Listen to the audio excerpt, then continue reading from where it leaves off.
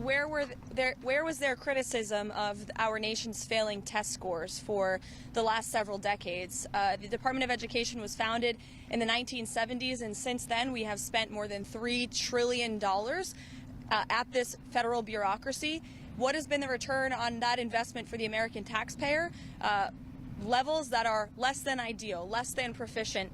Our children's test scores are incredibly concerning when it comes to reading rates, literacy rates, math, and science test scores. The numbers prove that, and this president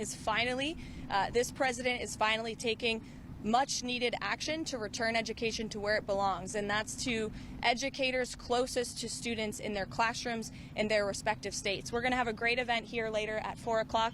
There will be students here, teachers here, parents here, educators, and of course governors from around the country who are very excited about taking on this responsibility to educate our nation's students. Who's going to run federal student loans? So the Department of Education will be much smaller than it is today. As you know, the President's executive order directed Linda McMahon to greatly minimize the agency. So when it comes to student loans and Pell Grants, those will still be run out of the Department of Education, but we don't need to be spending more than $3 trillion over the course of a few decades on a department that's clearly failing in its initial intention to educate our students. So is the federal government going to be spending less? Much smaller than it is. Is it not going to be shut down completely? And then I have a second question. As I said, Pell Grants and student loans will still be run out of the department in Washington, D.C., but the great responsibility of educating our nation's students will return to the states. And the Department of Education plays a critical role in enforcing civil rights laws that prohibit discrimination. Who's going to do that now? Any critical functions of the department, such as that, will remain. But again, we're greatly reducing the scale and the size of this department. What about federal Title I funding and special education funding? Is that still good? Same answer. Yes. Thanks, Caroline. On the Federal Reserve, the president criticized the rate decision yesterday. Is he looking to replace members of the Federal Reserve Board like he did on the Federal Trade Commission? Well, the president has appointed Mickey Bowman, as you know, to be the vice chair of the Federal Reserve. We're incredibly optimistic about her. She's on the ball, as the president says, and knows how to get things done. The president has every right to criticize the decision, and he's made it very clear that he believes in lower interest rates are going to help this country boom, and this administration is working on lowering the rate of inflation caused by the previous administration every day. Inflation is cooling. The numbers indicate that, and the president strongly believes in low interest rates, and I think the American public do too. Caroline, on the deportation flights, Caroline, you've said that you're confident that you've complied with the judge's order. We are. If that's the case, then why not turn over the information about the flights? We are 100% confident that we've complied, and as I said from the podium and will continue to say, all of the flights that were subject to the written order of the judge took off before the written order was pushed in the courtroom, and the president is well within his Article 2 power and his authority under the Alien Enemies Act to make these decisions, and we think it's egregious that a single district judge is trying to tell the president of the United States who he can and cannot deport from our soil, especially when it comes to designated foreign terrorists. Jeff, go ahead. The administration is getting some attention this week for a memo that was released, I think, a couple weeks ago, taking segregation out of the criteria for federal contracting. Can you explain what that memo was supposed to do?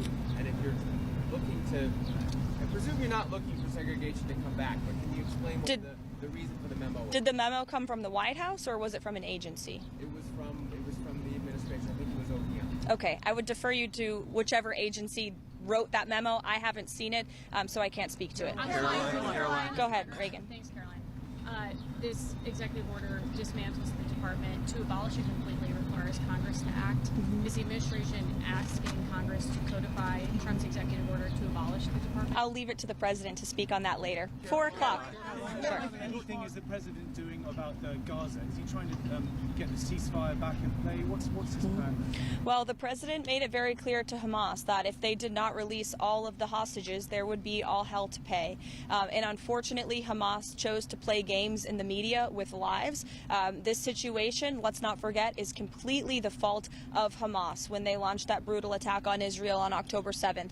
And the president has made it very clear that he wants all of those hostages to come home. and he fully supports Israel and the IDF and the actions that they've taken in recent days. Michael.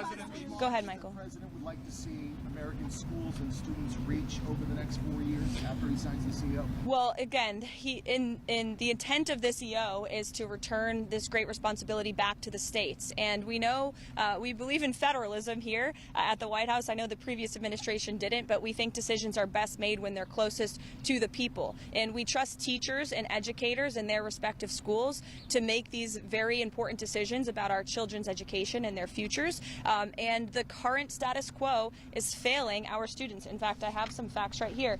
13-year-olds' mathematics scores are the lowest they have been in decades. 13-year-olds' reading scores are the lowest since testing began over 30 years ago. Low-performing students are falling further behind. One city, Baltimore, Maryland, in 2023, high schools had 0 students who tested proficient in mathematics. As a mother myself, I know I share the concern of many parents across the country. We want our children to be bright and smart and ahead of the game. This is also, I would say, a national security issue. When you look at how students around the world, particularly in China, are being educated, American students are falling behind. We're not keeping up with our allies or our adversaries, and that's a major problem for our country. And the president is fixing it today. We're less than 2 weeks away now from the August 2nd big tariff deadline. Has the president spoken with his Canadian counterpart, the Prime Minister? Not to my knowledge, I don't believe he has, but I can check in with the president and get you a firm answer on that. But my understanding is they haven't spoken, and the president has been very clear about his intention for April 2nd. It's going to be a big day for our country. I would encourage all of you to be here to cover the White House that day on April 2nd because there will be big announcements when it comes to reciprocal trade. And the president will be highlighting the unfair trade practices, the ways in which America has been ripped off by every country around the world, quite frankly. And there will be big tariffs that will be going into effect, and the president will be announcing those himself. The European Union had a decision yesterday against Apple and Google. Are you familiar with that? And is there anything the president, is that a response to the April 2nd tariffs? I think we've seen a lot of movement actually around the world of countries who are lessening their tariffs. I know the EU also paused their alleged tariff on whiskey. And so I think you're seeing countries are taking the president seriously. They understand that he is going to do what's right for American workers and families. And so the president and his team are in constant communication with our EU counterparts, but also our counterparts around the world. You listed off some of the failures over the last 30 years from the Department of Education. So for critics, what has been the ROI on $3 trillion going to a failing education system? It's a great question. Nothing. And that's exactly why the president is signing the order later today. With the executive order today, is it also the goal to eventually be spending less in federal dollars on education? Of course. It's our goal to reduce the size and scale of this government across every agency, which is why you've seen very strong and quick actions taken to reduce the amount of money that federal taxpayers are paying on a system that is failing them and their families. But does that mean like eventually downsizing some of the programs that are run out of the education department currently? It means stopping the wasteful spending, and as I said, critical programs will be protected. So Caroline, We have this noon deadline looming for this D.C. judge for the DOJ to turn over these documents when it comes to the time logs of these deportation flights. Is the administration going to turn over that information, the exact time logs, the information that the D.C. court is asking for? I won't get ahead of our lawyers, but you'll hear from them in court. And a follow-up question. The Commerce Secretary yesterday said that Tesla stock is something that Americans should be buying. Is that the stance of the administration, that people should be investing in? Is that something that the Commerce Secretary should be recommending? I think the Commerce Secretary was reiterating that the president supports an American-made company like Tesla, who produces a very good product for the American people, which was beloved by the American people, particularly Democrats, until Elon Musk decided to vote for Donald Trump. And now we've seen despicable and unacceptable violence taking place across our country at Tesla dealerships against workers, employees, and also innocent Americans who drive these vehicles. It's actually a scary time in our country because of this political violence from the left, and the White House and the president's entire administration condemn it wholeheartedly. Caroline. We'll see you guys at 4 o'clock. Caroline. Thank you. Thank you, Caroline.